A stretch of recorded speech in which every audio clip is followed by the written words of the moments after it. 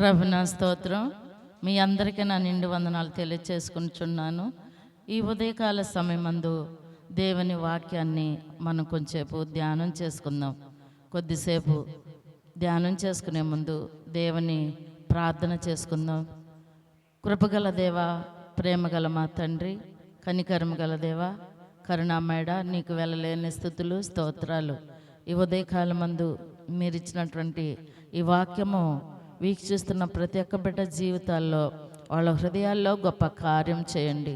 పరిశుద్ధుడా, నీకు వందనాలు. వింటున్న ప్రభువా, మా అందరికీ నాయన నీ వాక్యం యొక్క మేళ్ళు మేము పొందుకునే భాగ్యం దయచేయండి. కృపగల దేవా, ఈ వాక్యం ఎంతమంది వీక్షిస్తున్నారో వాళ్ళ కుటుంబాల్లో, వాళ్ళ జీవితాల్లో గొప్ప మేలు చేసి మీ నామమునకు ఘనత మహిమ ప్రభావాలు పొందుకోమని యేసు పరిశుద్ధ నామమున అడిగి వేడుకుంటున్నాం జీవగల తండ్రి, ఆమేన్. మరి వాక్యంలోనికి వెళదాము. శ్రమలు కలిగినప్పుడు అన్న వాక్యాన్ని ముందు మనం కొంచెం ధ్యానం చేసుకుందాం. శ్రమలు కలిగినప్పుడు మనం ఏం చేయాలి? శ్రమలు కలిగినాయి అని మనం మన జీవితంలో కృంగిపోకూడదు. కష్టాలు వస్తాయి. భూమి మీద పుట్టిన ప్రతి ఒక్క బిడ్డ గిట్టగా మానదు. ఎంతమంది భూమి మీద పుడతామో అంతమంది కూడా చనిపోవలసి ఉంటుంది. అయినప్పటికీ మరి ఈ భూమి మీద కొంతకాలం అనేక రకాలైన శ్రమల్లో, ఇబ్బందుల్లో, కష్టాల్లో కొట్టుమిట్టాడుతూ ఉంటాం. అలాంటి కష్టాల నుండి విడుదల పొందాలని ఎన్నో ప్లాన్లు వేస్తాం, ఎన్నో ప్రయత్నాలు చేస్తాం. కానీ ఆ ప్రయత్నాల నుండి, ఆ శ్రమల నుండి అవన్నీ కూడా నిష్ప్రయోజనం అయిపోతాయి. ఎందుకంటే దేవుని సన్నిధికి వచ్చి దేవుని ఎదుట మోకరించి, ప్రభువా, ఈ కష్టం నాకు ఎందుకు కలిగింది? ఈ సమస్య రావటానికి కారణం ఏంటి? ఈ ఇబ్బంది రావటానికి కారణం ఏంటి? ఇది ఎందుకు వచ్చింది? నా జీవితంలో నీ చిత్తమేమై ఉన్నదని యేసయ్య ఎదుట మనం మోకరించి దేవుని సన్నిధిలో మనం ఆయన చిత్తాన్నింటో మనం గుర్తించిన ఎడల ఆ శ్రమలు కలిగినప్పుడు వాటి నుండి మనం విడుదల పొందుతాం. ఆ శ్రమలు కలిగినప్పుడు మనం ఏం చేయాలన్నది మొట్టమొదటిగా ఒకటి, ధైర్యంగా ఉండాలి. ధైర్యంగా ఉండాలి, భయపడకూడదు. మరి కష్టాలు వచ్చినాయి అని భయపడిపోయి, అమ్మో ఏదో జరిగిపోతుంది, నేనేదో అయిపోతున్నాను, నన్ను ఎవరు ఆదరించేవాళ్ళు లేరు, నన్ను ఎవరు ఆదుకునేవాళ్ళు లేరు, నా ఇబ్బందుల్లో, నా కష్టాల్లో, నా వేదనలో ఎవరు నన్ను ఆదరించేవాళ్ళు లేరు, అందరూ దూరం అయిపోయారు, నా గురించి ఎవరు పట్టించుకోవట్లేదు, కన్నబిడ్డలే దూరం అయిపోయారు, మరి బంధుమిత్రులు, స్నేహితులు అందరూ కూడా నా శ్రమలను చూసి ఎవరు నా దగ్గరికి రావట్లేదు అని కంగారు పడిపోయి భయపడిపోతూ ఉంటాము. అయినప్పటికీ కూడా మనం దేవుని సన్నిధిలో విసుగక నిత్యము కూడా ఆ శ్రమలు వచ్చినప్పుడు, కష్టాలు వచ్చినప్పుడు, ఇబ్బందులు వచ్చినప్పుడు, ఇరుకులు వచ్చినప్పుడు భయపడకుండా ఫస్ట్ ధైర్యంగా ఉండాలి. హల్లెలూయా. ధైర్యం తెచ్చుకోవాలి, భయపడకూడదు. ప్రభువైన యేసుక్రీస్తు వారు ఆయన మనకెన్నో వాగ్దానాలు బైబిల్ గ్రంథంలో మన కోసం ఆయన ముందుగానే తన ప్రవక్తల ద్వారా మనకు తెలియజేసి ఉన్నారు. హల్లెలూయా, హల్లెలూయా. శ్రమలు వచ్చినప్పుడు కృంగిపోకూడదు. కృంగిపోయిన ఎడల నువ్వు చేతగాని వాడవద్దు అని వాక్యం సెలవిస్తుంది. అలాగే శ్రమలు కలిగినప్పుడు మనం ఒకటి ఫస్ట్ ధైర్యం తెచ్చుకోవాలి, రెండవదిగా భయపడకూడదు. హల్లెలూయా, హల్లెలూయా. ధైర్యం తెచ్చుకోవాలంటే ధైర్యం అనేది ఎలా దేవుని సన్నిధిలో ఎలా తెచ్చుకోవాలి? హెబ్రీ పత్రిక 10వ అధ్యాయము 35వ వచనములో ఈ రీతిగా వాక్యం మనకి సెలవిస్తుంది. 35వ వచనం, హెబ్రీ పత్రిక 10వ అధ్యాయము 35వ వచనములో ఈ రీతిగా సెలవిస్తుంది. కాబట్టి మీ ధైర్యమును విడిచిపెట్టకుడి, దానికి ప్రతిఫలముగా గొప్ప బహుమానం కలుగును. హల్లెలూయా, హల్లెలూయా. కాబట్టి ధైర్యము విడిచిపెట్టకూడదు, ధైర్యం విడిచిపెట్టకూడదు. మీకు గొప్ప బహుమానం కలుగుతుందని వాక్యం ఇక్కడ సెలవిస్తుంది. హెబ్రీ పత్రిక 10వ అధ్యాయము 35వ వచనంలో ధైర్యము, కాబట్టి ధైర్యం విడిచిపెట్టకూడి, మీకు గొప్ప బహుమానం కలుగునని వాక్యం సెలవిస్తుంది. మన జీవితాల్లో ధైర్యం కలిగి ఉండాలి. ధైర్యాన్ని విడిచిపెట్టకూడదు. ధైర్యం కలిగి నిబ్బరము కలిగి దేవుని సన్నిధిలో మోకరించి, నీకు శ్రమ వచ్చినప్పుడు, నీ కష్టాలు వచ్చినప్పుడు, నీకు సమస్యలు ఎదురైనప్పుడు, నీకు అనేక రకాలైన ఈ భూమి మీద ప్రతి ఒక్క బిడ్డకి ఒక్కొక్క రకమైన సమస్యలతో, ఒక్కొక్క రకమైన శ్రమలతో ఇబ్బంది పడుతూ ఉంటారు. అలాంటి వచ్చినప్పుడు ఎవరినో రాజులను ఆశ్రయిస్తాం, మరి ఇంకా మన స్నేహితులను ఆశ్రయిస్తాం, బంధుమిత్రులను ఆశ్రయిస్తాం. కానీ ఎవరిని ఆశ్రయించకుండా దేవుని వాక్యం ఏమని సెలవిస్తుందంటే, నన్ను నువ్వు శ్రమలో కృంగిని ఎడల నీవు చేతగాని అవుతావు. నన్ను ఆశ్రయిస్తే మీ కష్టాలైనా, మీ ఇబ్బందులైనా, మీ సమస్యలైనా ఏదైనాను నేను తీర్చగలిగిన దేవుడని చెప్పి యేసు ప్రభువారు మనకు వాక్యం సెలవిస్తుంది. హల్లెలూయా, హల్లెలూయా. హెబ్రీ పత్రిక 10:35 కాబట్టి మీరు ధైర్యము తెచ్చుకుని ధైర్యము విడిచిపెట్టకుడి, దానికి ప్రతిఫలముగా గొప్ప బహుమానము కలుగును. హల్లెలూయా. ధైర్యంగా ఉంటే గొప్ప బహుమానం దానికి ప్రతిఫలంగా మనకు కలుగుతుందంట. ధైర్యము ఏదో కష్టం వచ్చిందని కృంగిపోయి, అమ్మో ఎన్ని శ్రమలు చేసినా, ఎన్ని ఇబ్బందులు చేసినా, ఎన్ని ఇరుకులతో మనం ఉన్నా సరే ఎవరు మనల్ని ఆదరించలేదని భయపడిపోయి, కంగారు పడిపోయి, ఇలాంటి సమస్యలు ఎదురవుతున్నాయి, అర్థం కాని అయోమయ పరిస్థితుల్లోకి వెళ్ళిపోయి ప్రార్థన చేయకుండా ఉంటాము, దేవుని వాక్యం చదువుకోకుండా ఉంటాము, దేవుణ్ణి మర్చిపోయి ఆ శ్రమల వైపే, ఆ కష్టాల వైపే, ఆ ఇబ్బందుల వైపే మనం ఉంటాము. కానీ ప్రభువైన యేసుక్రీస్తు వారు, మీరు శ్రమల వైపు చూడవద్దు, మీ పరిస్థితుల వైపు చూడవద్దు, నా వైపు చూడండి. నేను జీవము గల దేవుడను, నేను సర్వశక్తిమంతుడను. మీ సమస్య ఏదైనప్పటికీ, మీరు ఎలాంటి స్థితిలో ఉన్నా నా దగ్గరికి వస్తే, నన్ను నమ్ముకుంటే మీ సమస్తమును కూడా కార్యం చేయగలిగిన దేవుడునను. మీ స్థితి మొదట కొంచెముగా ఉన్నా తుదకు మీరు మహావృద్ధి చెందుతారు. ఫస్ట్ మీకు కష్టాలు వచ్చినాయని కృంగిపోకూడదు. కష్టాలు వచ్చినాయని మీరు కృంగిని ఎడల చేతగాని వారు వగుదురు అని చెప్పే వాక్యం సెలవిస్తుంది. అందుకే మన బ్రతుకుల్లో కాబట్టి మీరు ధైర్యమును విడిచిపెట్టకూడదు. ధైర్యముగా ఉండాలి, విడిచిపెట్టకూడదు, ధైర్యం కోల్పోకూడదు, భయపడకూడదు. భయపడితే ఇంకా సాతాను మన దగ్గరకు వచ్చేసి అనేక రకాలైన కష్టాలని, అనేక రకాలైన ఇబ్బందుల్ని, మనం తట్టుకోలేనంట శ్రమల్ని, మనం తట్టుకోలేనంట ఇబ్బందిని కలుగు చేస్తూ ఉంటాడు. అందుకనే మనము దేవుని సన్నిధిలో ధైర్యము విడిచిపెట్టకూడదు అని వాక్యం సెలవుస్తుంది. రెండవదిగా ప్రకటన 2వ పత్రిక 9వ అధ్యాయం ఒకసారి చదువుకుందాం. ప్రకటన 2వ పత్రిక 9వ అధ్యాయము. 2వ పత్రిక 9వ అధ్యాయంలో ఏమనంటే, నీ శ్రమను దరిద్రతను నేను ఎరుగుదును, అయినను నీవు ధనవంతుడవే.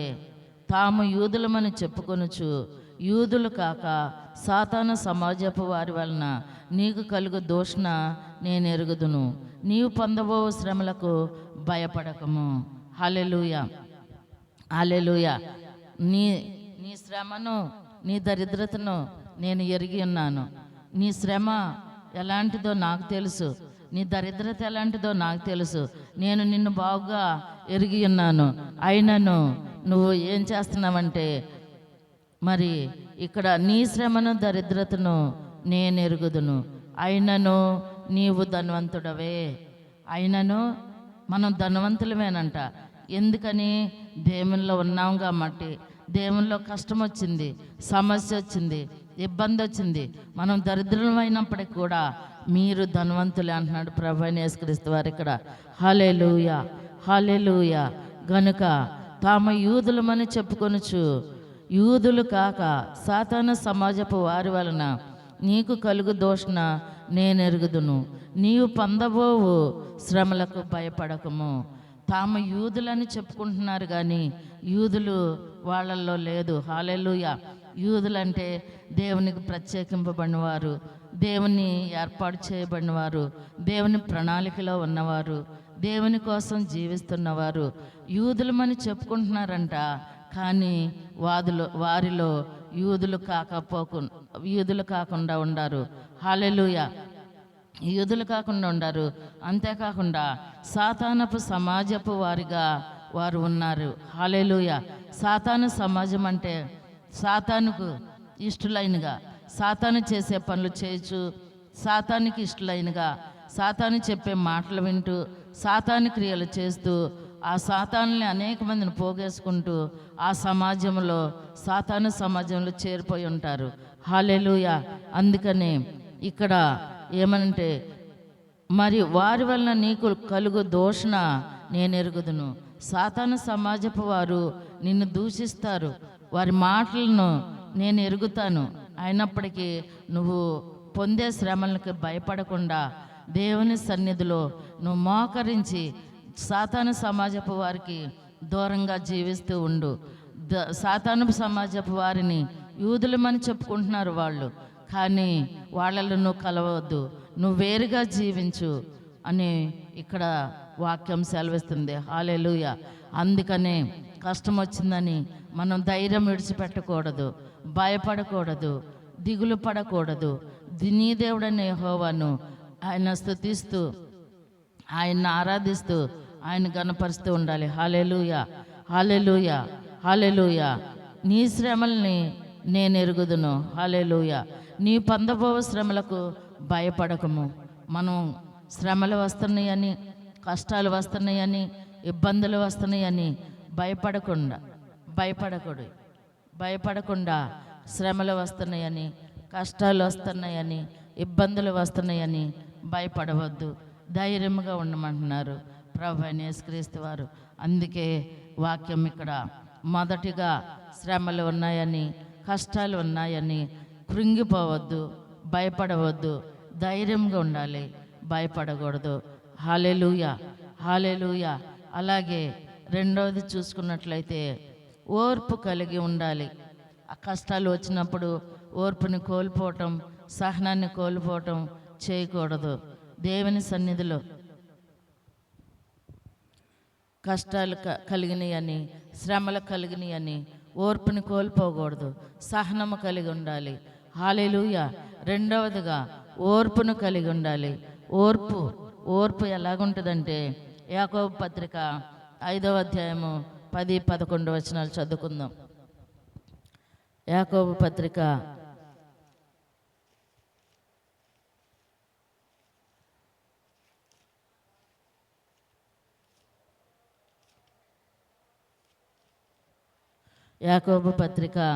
5వ అధ్యాయము 10-11 వచనాలు చదువుకుందాం. నా సహోదరులారా, ప్రభు నామమున బోధించిన ప్రవక్తలు శ్రమానుభవమునకును ఓపికకును మాదిరిగా పెట్టుకొనుడి. సహించిన వారిని ధన్యులనుకొనుచున్నాము కదా. మీరు యోబు యొక్క సహనమును గూర్చి వింటిరి. ఆయన ఎంతో జాలియు కనికరమును గలవాడని మీరు తెలుసుకుని ఉన్నారు. హల్లెలూయా. హల్లెలూయా. నా సహోదరులారా, ప్రభునామమున బోధించిన ప్రవక్తలను శ్రమానుభవమునకు ఓపికను మాదిరిగా పెట్టుకొనుడి. బైబిల్లో అనేక రకాలైన ప్రవక్తలు ఉన్నారు. ఆ ప్రవక్తలు తమ కష్టాల్లో ఎలా దేవునితో ఓపికను ఉంచుకొని ఓర్పు కలిగి ఉన్నారో వారిని మీ దృష్టిలోకి తెచ్చుకొనుడి. వాళ్ళ వైపు చూడండి, ప్రవక్తల వైపు చూడండి. వాళ్ళు ఎలాగున్నారంటే, మరి యోబు చూసుకున్నట్లయితే లేఖనాల్లోకి ఎక్కి ఉన్నాడు. ఆయన ఎన్నో కష్టాలు పడ్డాడు. యోబు గురించి దేవుడే సాక్ష్యంగా పలికాడు. యోబు వంటి భక్తిపరుడు లేడు, నీతిమంతుడు లేడు, యథార్థపరుడు లేడు అని చెప్పి ఆ సాతాను యొద్ద దేవుడు సాక్ష్యం పలికి ఉన్నాడు. అలాగే అనేక రకాలైన ప్రవక్తలు బైబిల్లో మనకంటే ముందుగా ఎంతోమంది ప్రవక్తలు, ఎంతోమంది భక్తిపరులు మరి దేవుని వాక్యాన్ని మాదిరిగా తీసుకోమంటున్నారు. ఇక్కడ ఆ ఓర్పును, ఆ సహనమును కలిగి ఉండండి.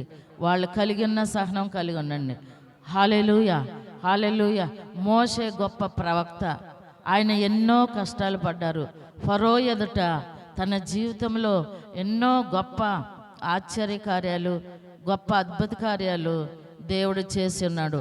ఆ ఫరో ఎదుట ఆయన యొక్క గొప్ప భక్తిని విశ్వాసాన్ని కనుపరచడం కోసం ఎన్నో అద్భుతాలు, ఎన్నో మహత్కార్యాలు ఆ ఫరో ఎదుట యేసయ్య మోషే ద్వారా అక్కడ చేసి ఉన్నాడు. హల్లెలూయా, హల్లెలూయా. మరి ఐగుప్తులు బానిసత్వంలో ఉన్నప్పుడు ఇశ్రాయేలులు ఐగుప్తు దేశంలో ఫరో సమక్షంలో బానిసత్వంలో ఉన్నారు. ఆ బానిసత్వం నుండి విడిపించబడాలని దేవుడు మోషేని నాయకుడిగా ఎన్నుకున్నాడు. హల్లెలూయా, హల్లెలూయా. మోషే పెద్ద ప్రవక్త. మరి అలాంటి దేవుడు ఆ ప్రవక్త ద్వారా అనేక విషయాలు ఇశ్రాయేలుకు బయలుపరిచారు. మరి అనేక రకాలైన కష్టాలు మోషే గారు తన జీవితంలో అనుభవించారు. హల్లెలూయా. ఎన్నిక లేనటువంటి వాడు, నత్తువాడైనటువంటి ఆ మోషేని దేవుడు ఎన్నుకున్నాడు. కష్టాల్లో, ఇబ్బందుల్లో, ఇరుకుల్లో, సమస్యల్లో నీవు ఓర్పును కలిగి ఉండాలి. ఆ మోషే వలె ఇంకా మన బైబిల్ ప్రవక్తలో చూసినట్లయితే అనేక మంది, మరి యెహెజ్కేలు ప్రవక్త గారు, మరి దానియేలు ప్రవక్త గారు, దానియేలు, యెహెజ్కేలు గారు, మరి ఇలాంటి పెద్ద పెద్ద దైవ ప్రవక్తలు కూడా అనేక మంది శ్రమలకు మరి కారణమై ఉన్నారు. పౌలు శీలల్ని సరసాలలో వేశారు, ఎన్నో శ్రమలు పడ్డారు. వాళ్ళందరూ ప్రవక్తలు ప్రవచించిన వారు దేవునికి. మరి అలాంటి ప్రవక్తలను చూసుకొని మీరు ఓర్పును తెచ్చుకొనుడి, ఓపికను కలిగి ఉండడి. శ్రమ వచ్చిందని కన్నీరు కార్చొద్దు, శ్రమ వచ్చిందని కృంగిపోవద్దు.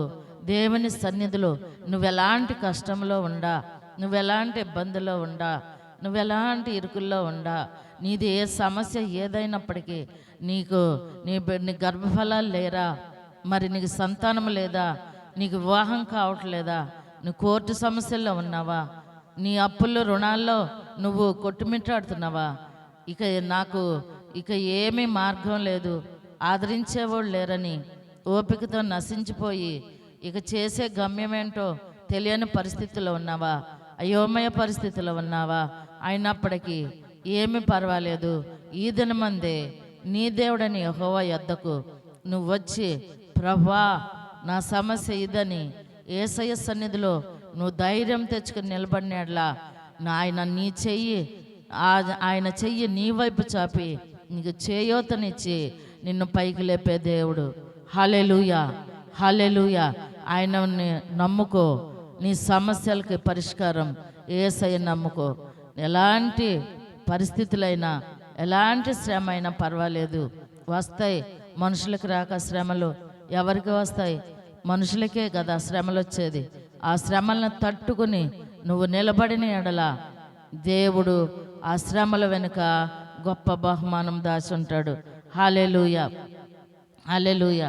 మూడవదిగా చూసుకున్నట్లయితే కృంగిపోక దేవుని యందు నిరీక్షణ కలిగి ఉండాలి. హల్లెలూయా. అదే మూడవదిగా. ఫస్ట్ ఏంటి? ధైర్యంగా ఉండాలి, భయపడకూడదు. రెండవదిగా ఓర్పు కలిగి ఉండాలి శ్రమ వచ్చినప్పుడు, కష్టాలు వచ్చినప్పుడు. మూడవదిగా కృంగిపోయి ఉండకూడదని ఇక్కడ వాక్యం సెలవిస్తుంది. హల్లెలూయా. కృంగిపోక దేవుని యందు నిరీక్షణ కలిగి ఉండాలి. హల్లెలూయా. సామెతల గ్రంథము 24:10 చదువుకుందాం. సామెతల గ్రంథము 24వ అధ్యాయము 10వ వచనం చదువుకుందాం. సామెతల గ్రంథము 24వ అధ్యాయము 10వ వచనంలో ఈలాగున సెలవిస్తుంది. శ్రమ దినమున నీవు కృంగిన ఎడల నీవు చేతగాని వాడవగదు. హల్లెలూయా, హల్లెలూయా. శ్రమ దినమున నీవు కృంగిన ఎడల చేతకాని వాడవగదు. హల్లెలూయా. శ్రమ అదే వచ్చిందని కృంగిపోకూడదు. ఆ దినమున నువ్వు కృంగిన ఎడల నువ్వు చేతగాని వాడవుగానే ఉంటావు, ఏమి తెలియని వాడిగా ఉంటావు. ధైర్యం తెచ్చుకుని దేవుని సన్నిధిలో నువ్వు మొరపెట్టిన ఎడల ఆయన నిన్ను శ్రమ నుండి విడుదల చేసి నీకు గొప్ప బహుమానము ఆయన కలుగు చేయను. హల్లెలూయా, హల్లెలూయా, హల్లెలూయా. అందుకనే ఇక్కడ సామెతల గ్రంథం 24:10లో శ్రమ దినమున నీవు కృంగిన ఎడల చేతగాని వాడవగదువు. హల్లెలూయా, హల్లెలూయా. చేతగాని దానిలాగా ఉంటావా? చేతగాని వాడిలాగా ఉంటావా? దేవుని సన్నిధిలో ఓపికతో, భారముతో, కృంగిపోక పట్టుదలతో ప్రార్థన చేయి. రాత్రంతా మరి యాకోబు గారిని చూసుకున్నట్లయితే ఆయన రాత్రంతా పెనుగులాడి ఎబ్బోకు రేవు దగ్గర ఏసైతో పెనుగులాడి పోరాడి గెలిచాడు. అన్నని వదిలేశాడు, మోసం చేశాడు. తండ్రిని వదిలేసి మోసం చేశాడు. తల్లిని మోసం చేసి అందరిని విడిచి ఒంటరిగా ప్రయాణమైపోతూ ఉన్నాడు. హల్లెలూయా, హల్లెలూయా. చీకటి పడింది, గాఢంధకారం, అయోమయో జీవితం. ఏం చేయాలో అర్థం కావట్లా, ఎటు వెళ్ళాలో అర్థం కావట్లా. అక్కడ ఆ రాత్రి ఒక రాయిని తలగడగా పెట్టుకుని యేసయ్య నిజమైన దేవుడని అంటున్నారు అని చెప్పి అప్పుడు యేసయ్య దగ్గర మొరపెడుతున్నాడు. హల్లెలూయా. అంతవరకు కష్టాల్లో, సమస్యలతో మరి యాకోబు గారు ఉన్నారు. హల్లెలూయా. మరి అలా ఉన్నప్పుడు దేవుని ఎద్దుడ ఆ రాత్రంతా పెనుగులాడి పోరాడాడు దేవునితో. నువ్వు నన్ను ఆశీర్వదిస్తేనే నేను నిన్ను వదిలిపెడతా, నీ పేరేంటి అని యేసయ్య అడిగినప్పుడు నా పేరు యాకోబు, మోసగాడు అని చెప్పాడు. హల్లెలూయా. అప్పుడు ప్రభు అయిన దేవదూతలు అంటున్నారు, ఇక నీ పేరు యాకోబు కాదు, ఇశ్రాయేలు. హల్లెలూయా, హల్లెలూయా. అనేక జనాలకి తండ్రి వగదు అని చెప్పి. హల్లెలూయా, హల్లెలూయా. అందుకనే మరి ఆ రాత్రంతా యేసయ్యను పట్టుకున్నాడు, విడిచిపెట్ల, పెనుగులాడాడు, పోరాడాడు, పట్టుకున్నాడు, దేవునితో ప్రార్థన చేశాడు. వదలక తెల్లవారే వరకు కూడా దేవుని దేవదూతలను పట్టుకున్నాడు. అక్కడ ఒక మరి కలకంటున్నాడు. దేవదూతలు ఆకాశం నుండి భూమికి ఒక నిచ్చెన వేయబడింది. ఆ నిచ్చెన మీద దేవదూతలు ఎక్కుచు దిగుచు, పైకెక్కుచు కిందకి దిగుచు ఉన్నారు. హల్లెలూయా, హల్లెలూయా. ఆ పరిస్థితుల్లో మరి యేసయ్య యాకోబుని దర్శించి ఆ రాత్రి ఆయన్ని గట్టిగా పట్టుకున్నాడు. హల్లెలూయా. అంతే మనం కూడా అలాగే దేవుని సన్నిధిలో ఆయన నామాన్ని గట్టిగా పట్టుకోవాలి, ఆయన సన్నిధిని గట్టిగా పట్టుకోవాలి, ఆయన్ని మనం స్తుతించాలి, ప్రార్థించాలి. అప్పుడే మన సమస్య నుండి విడుదల పొందుతాం. హల్లెలూయా. శ్రమ వచ్చిందని కృంగిపోకూడదు. శ్రమ దినమున నీవు కృంగిన ఎడల చేతగాని వాడవగదువు. చేతగాని వారంగా ఉందామా? దేవుని సన్నిధిలో బలంగా, ధైర్యంగా నిలబడి దేవుని సన్నిధిలో ప్రార్థించే వారంగా ఉందామా? ఈ ఉదయకాలం ముందు దేవుని సన్నిధిలో ఇంకోటి కీర్తనల గ్రంథము 42:5 చదువుకుందాం. హల్లెలూయా, హల్లెలూయా. కీర్తనల గ్రంథము 42:5 వాక్యం ఈ రీతిగా సెలవిస్తుంది.